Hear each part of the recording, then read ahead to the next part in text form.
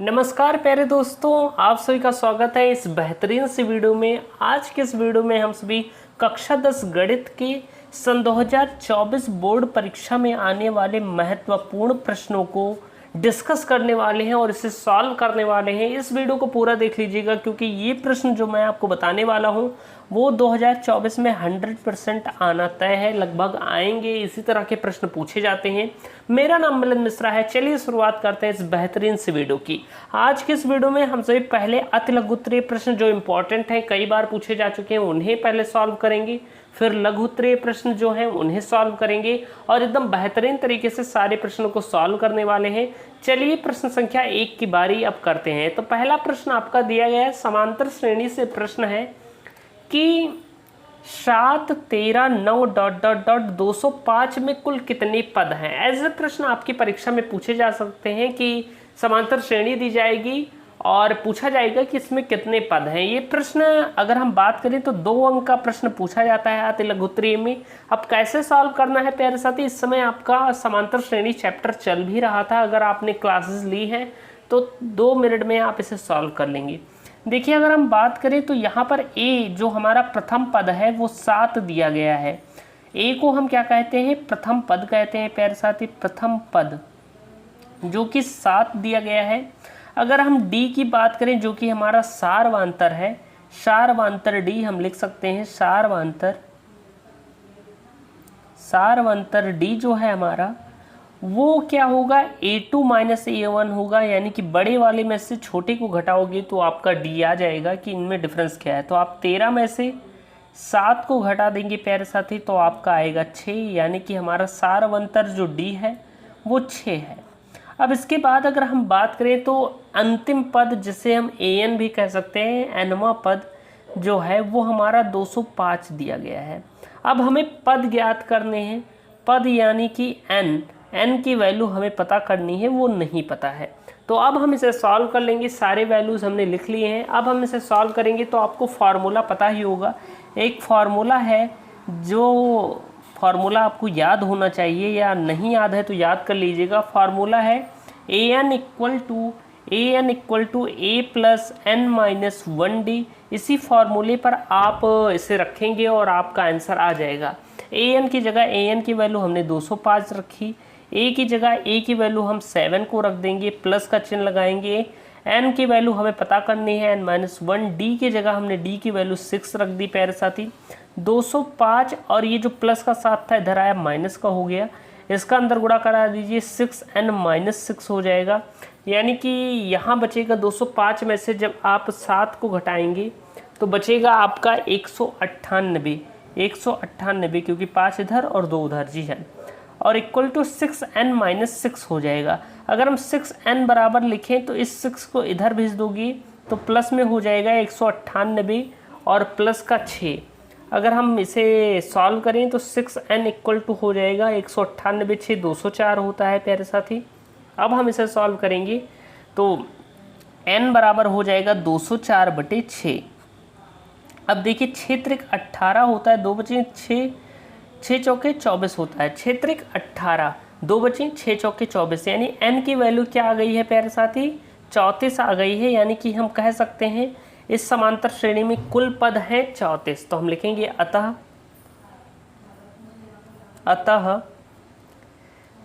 इस समांतर श्रेणी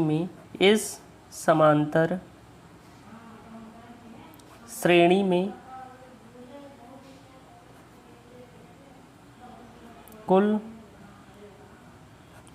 34 पद हैं और यही आपका प्यारा सा आंसर हो जाएगा। तो ऐसे ही बेहतरीन तरीके से हम सॉल्व करने वाले हैं इन प्रश्नों को। तो ये प्रश्न आपका अति लघु उत्तरीय का था। 2 अंक अगर आपने ऐसा प्रश्न आया कर दिया तो 2 अंक आपको मिल जाएंगे। चलिए अब चलते हैं अगले प्रश्न की ओर। प्यारे साथी, अगला प्रश्न आपके सामने आ गया है। कह रहा है कि सिद्ध कीजिए 5 + √3 एक अपरिमेय संख्या है। ये भी प्रश्न की बात करें तो 2 अंक का प्रश्न है। कह रहा है कि हमें सिद्ध करना है कि 5 + √3 एक अपरिमेय संख्या है। प्यारे साथी, ध्यान से समझिएगा। अगर हम इसे करें तो पहले हमें मानना होगा, हम मान लेंगे कि ये एक परिमेय संख्या है। तो मानेंगे, माना हम कल्पना कर रहे हैं तो हम लिखेंगे माना 5 प्लस अंडर रूट 3 एक परिमेय संख्या है, परिमेय संख्या है।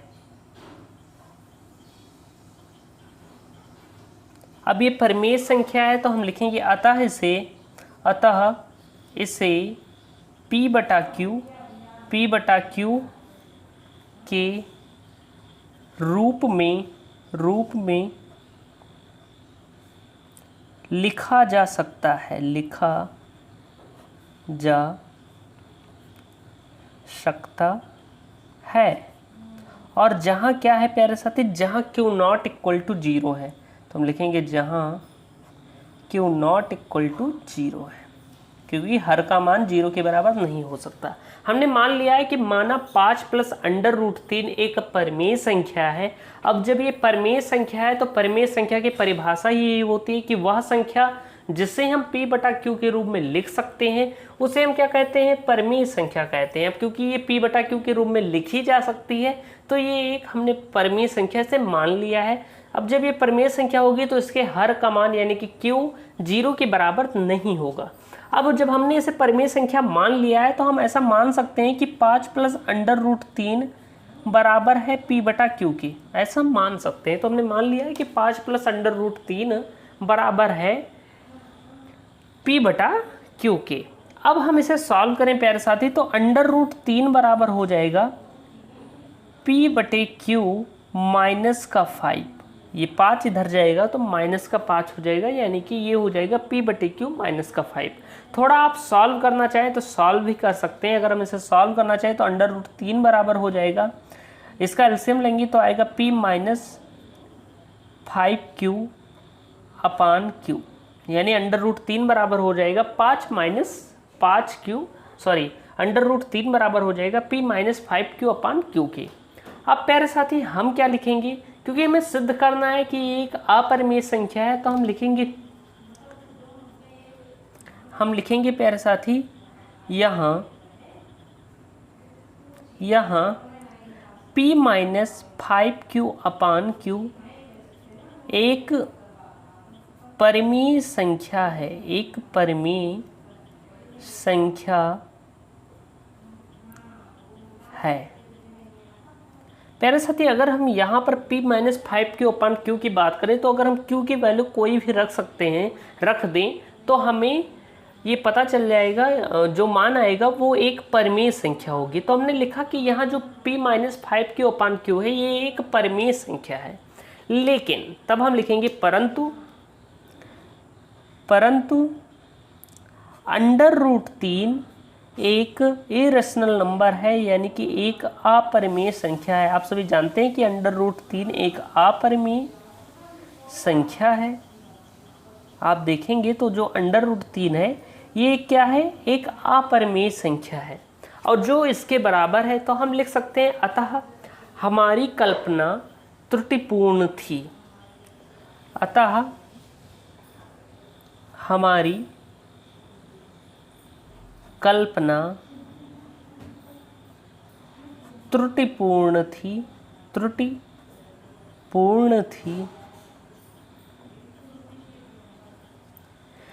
इससे स्पष्ट होता है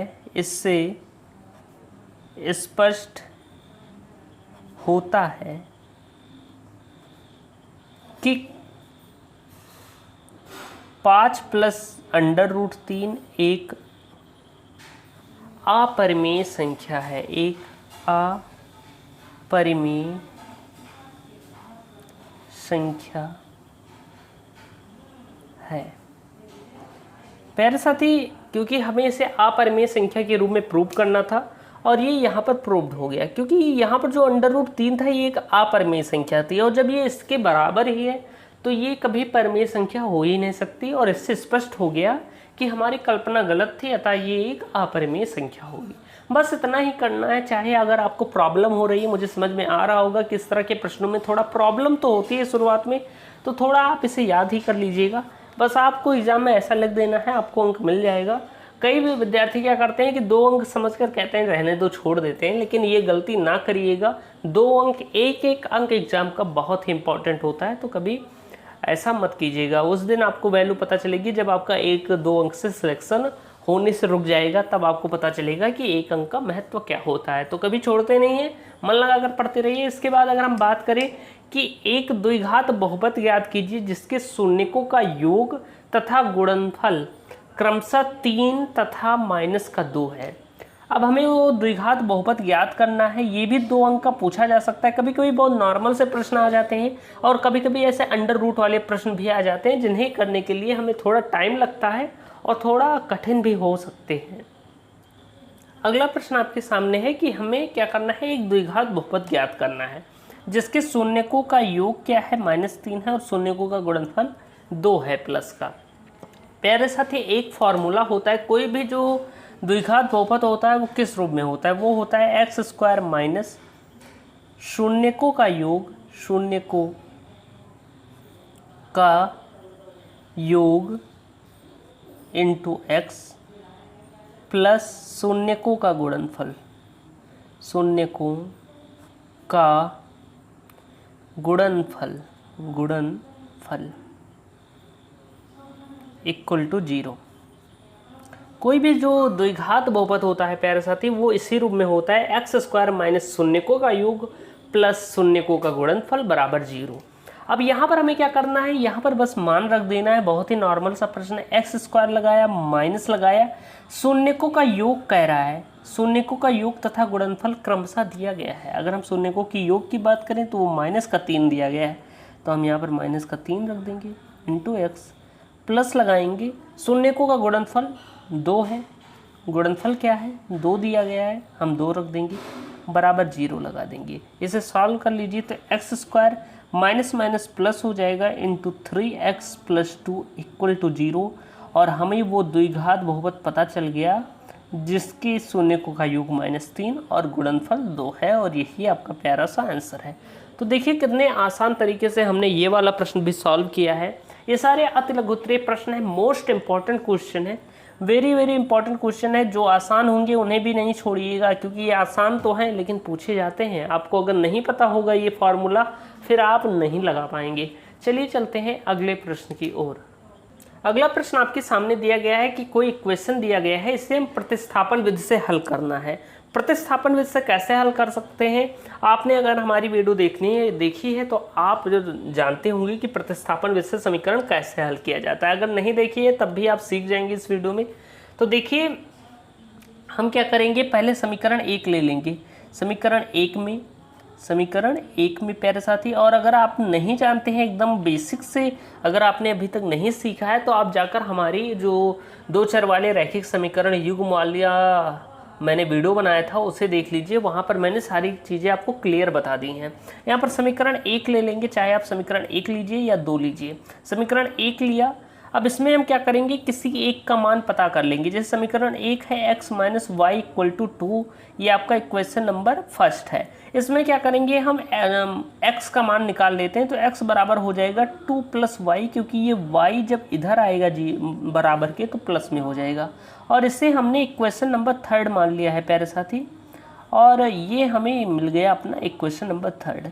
अब ये जो इक्वेशन आया है, इससे क्या करना है कि जो हमें तीसरा समीकरण पता चला है, इसकी वैल्यू हम समीकरण 2 में रख देंगे। तो हम लिखेंगे x का मान समीकरण 2 में रखने पर हम लिखेंगे x का मान समीकरण 2 में रखने पर। अब x का मान हम जब समीकरण 2 में रख देंगे प्यारे साथी, तो ध्यान से समझिएगा। अगर हम बात करें तो समीकरण 2 क्या है, 4x है, तो x की जगह x का मान रख देंगे 2 + y + 7y = 30 हो जाएगा। इसे आप सॉल्व कर लीजिए, आपके y का मान आ जाएगा 4 दूनी 8 हो जाएगा, 4y हो जाएगा, अंदर गुणा होगा, + 7y = हो जाएगा 30 के। अगर हम बात करें तो 7 × 4 = 11y हो जाएगा बराबर। ये 8 इधर आएगा बराबर के, तो माइनस में हो जाएगा, यानी 30 में से 8 जाएगा तो 22 बचेगा।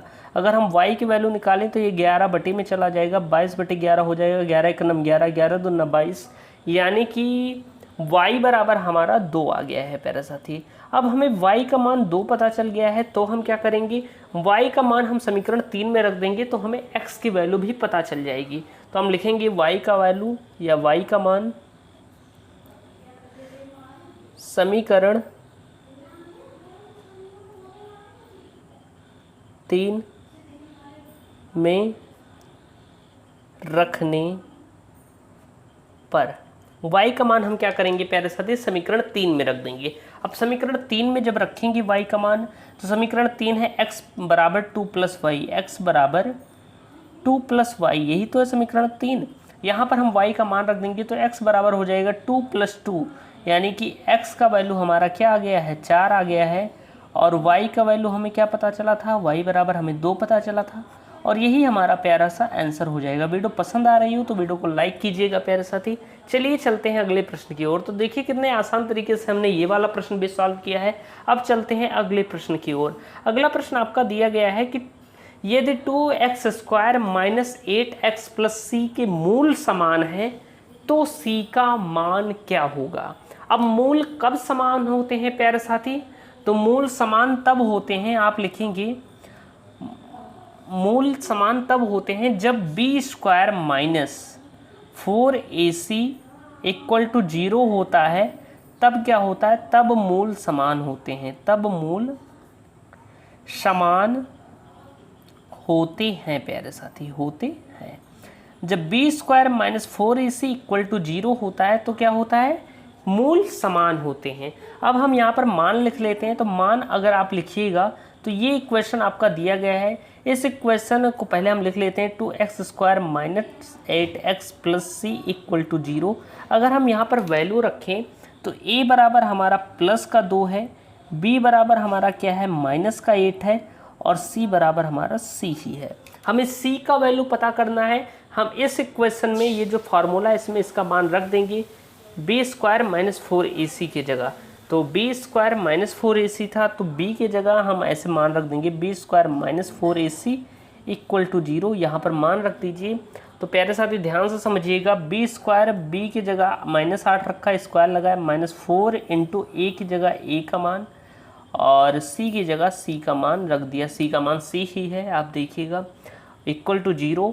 8 अठाई 64 होता है, ये 64 हो जाएगा, माइनस 4 दूनाई 8 हो जाएगा प्यारे साथी, ये 4 दूनाई 8 c हो जाएगा इक्वल टू 0। इस 64 को इधर भेजोगे तो माइनस का 64 हो जाएगा, यानी कि माइनस 8c इक्वल टू हो जाएगा माइनस का 64।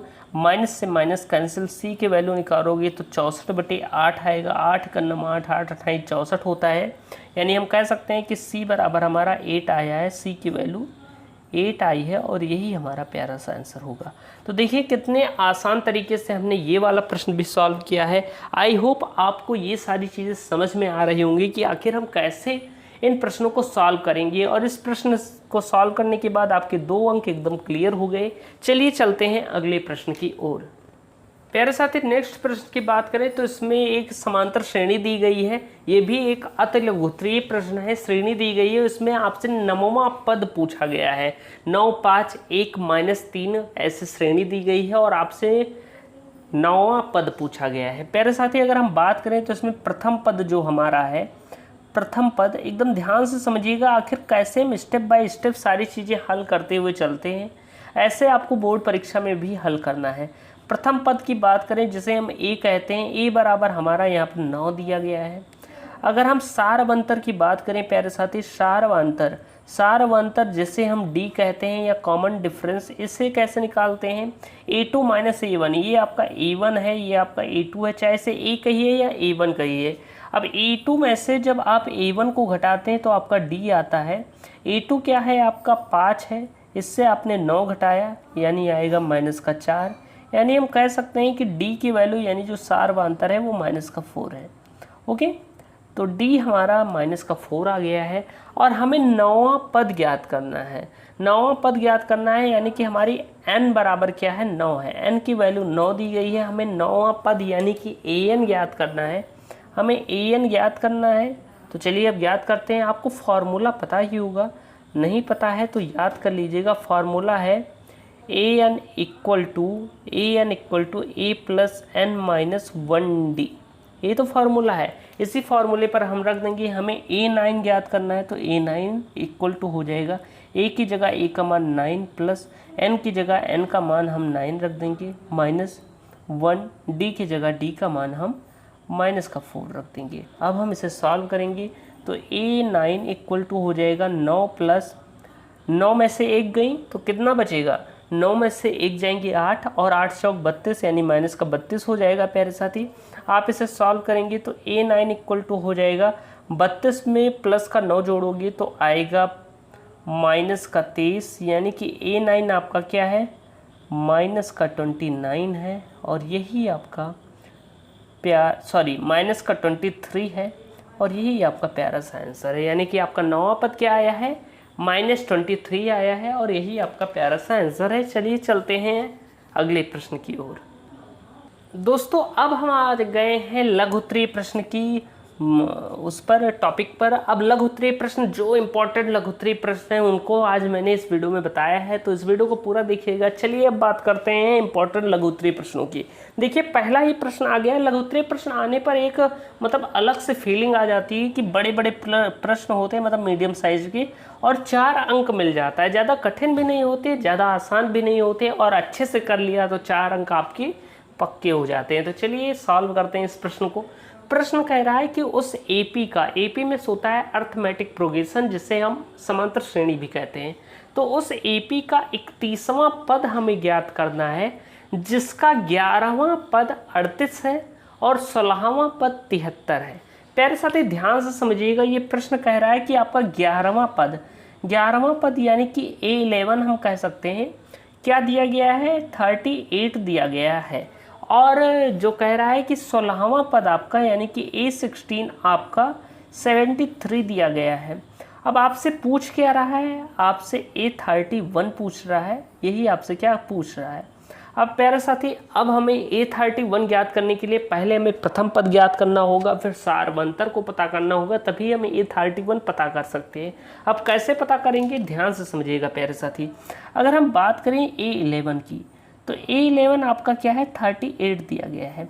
A11 को हम A11 ना लिखकर क्या लिख सकते हैं, A प्लस 10D लिख सकते हैं। A प्लस 10D कई लोग पूछेंगे कैसे आया।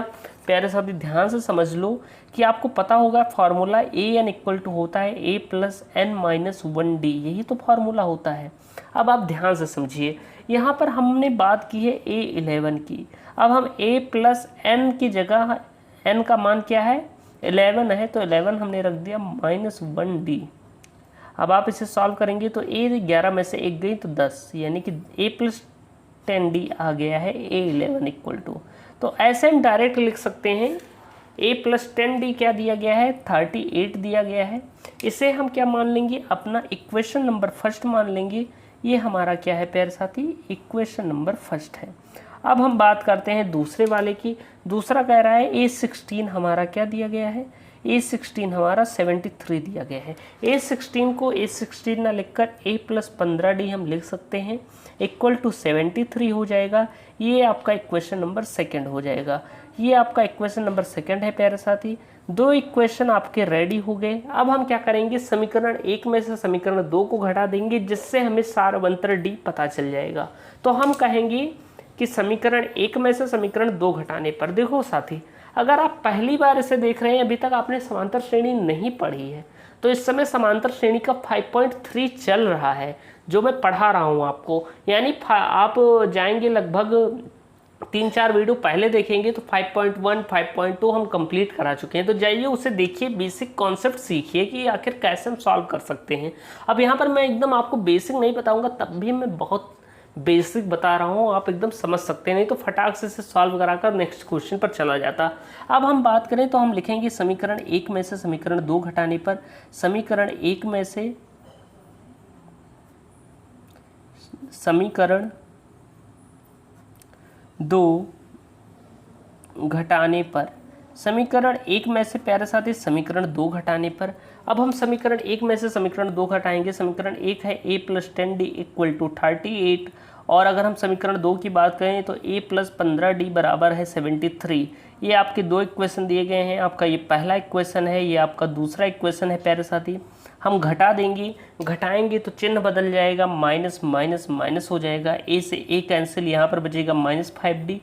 और जब आप 73 में से 38 को घटाएंगे तो क्या आएगा, 73 में से 38 को घटाएंगे तो आएगा 5, और यहाँ पर भी जाएगा 3, यानी 35 बचेगा प्यारे साथी। आपका क्या बचेगा, 35 बचेगा माइनस का। अब देखिए माइनस से माइनस कैंसिल हो जाएगा, d का मान निकालेंगे तो 35/5 आएगा, यानी d बराबर आपका आएगा 5 × 9 5 5 7 35, यानी d बराबर आपका आ गया 7। अब प्यारे साथी हमें d की वैल्यू पता चल गई है। अब हमें क्या करना है, अब हमें d का मान किसी समीकरण में रख देना है, जिससे क्या पता चलेगा, a की वैल्यू भी हमें पता चल जाएगी। तो आप चलिए हम चलते हैं नेक्स्ट पेज पर। तो चलिए अगले पेज की बात करते हैं, इसे थोड़ा ऊपर करते हैं। अब हम क्या करेंगे प्यारे साथी, d का मान हम लिखेंगे, d का मान समीकरण 1 में रखने पर प्यारे साथी, अब d का मान हम समीकरण 1 में रख देंगे तो समीकरण 1 आपका कहा गया है a + 10d बराबर 38 दिया गया है, a + 10d बराबर 38। अब हम d की जगह d का मान रख देंगे तो a + 10 गुणे d की जगह d का मान रखा तो 7 आया, = 38, यानी a + 10 × 70 बराबर हो जाएगा 38 के प्यारे साथी। यानी कि अगर हम बात करें तो a बराबर आ जाएगा 38 - 70, और अगर आप इसे घटाएंगे तो यहाँ पर आएगा a बराबर -32, a बराबर आपका -32 आ गया है।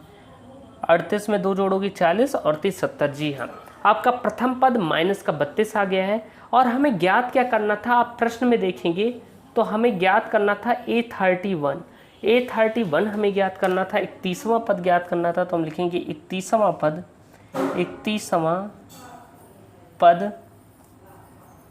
a31 = हमें ज्ञात करना था, तो a + 30d से लिख देंगे। अब हम यहाँ पर मान रख देंगे प्यारे साथी, a का मान हमारा -32 आया है, d बराबर हमारा 7 था ही, हम मान रख देंगे। तो a की जगह हम -32 रखें प्लस d30 इंटू d की जगह d का मान 7 रख दिए, यानी प्यारे साथी -32 प्लस का 210 हो जाएगा, 7 × 21 हो जाएगा। आप इसे सॉल्व करेंगे तो यहाँ पर बचेगा प्यारे साथी, अगर हम इसे सॉल्व करते हैं तो यहाँ पर 210 में से आप 32 घटाएंगे तो यहाँ पर बचेगा प्यारे साथी 8, यहाँ बचा, यहाँ पर बचेगा 7, 178 बचेगा, यानी कि आपका 31वां पद 178 आ गया है। यानी हम कह सकते हैं अतः a31 अतः 31वां पद बराबर 178, और यही आपका प्यारा सा आंसर होगा। आई होप आपको बेहतरीन तरीके से समझ में आया होगा कि आखिर हम कैसे इन प्रश्नों को सॉल्व करते हैं। चलिए चलते हैं अगले प्रश्न की ओर। इतना थक जाते हैं आपके लिए वीडियो बनाते हुए, प्लीज़ वीडियो को लाइक कर दिया कीजिए। चलिए चलते हैं अगले प्रश्न पर। प्यारे साथी, अगला प्रश्न आपके सामने आ गया है जो कि प्रश्न संख्या 8 है। आखिर कैसे सॉल्व करेंगी, तो ऐसी दो संख्याएं ज्ञात करना है जिनका योग 27 है तथा गुणनफल 182 है। प्यारे साथी, कैसे सॉल्व करेंगे ध्यान से समझिएगा। मान लेंगे कि माना पहली संख्या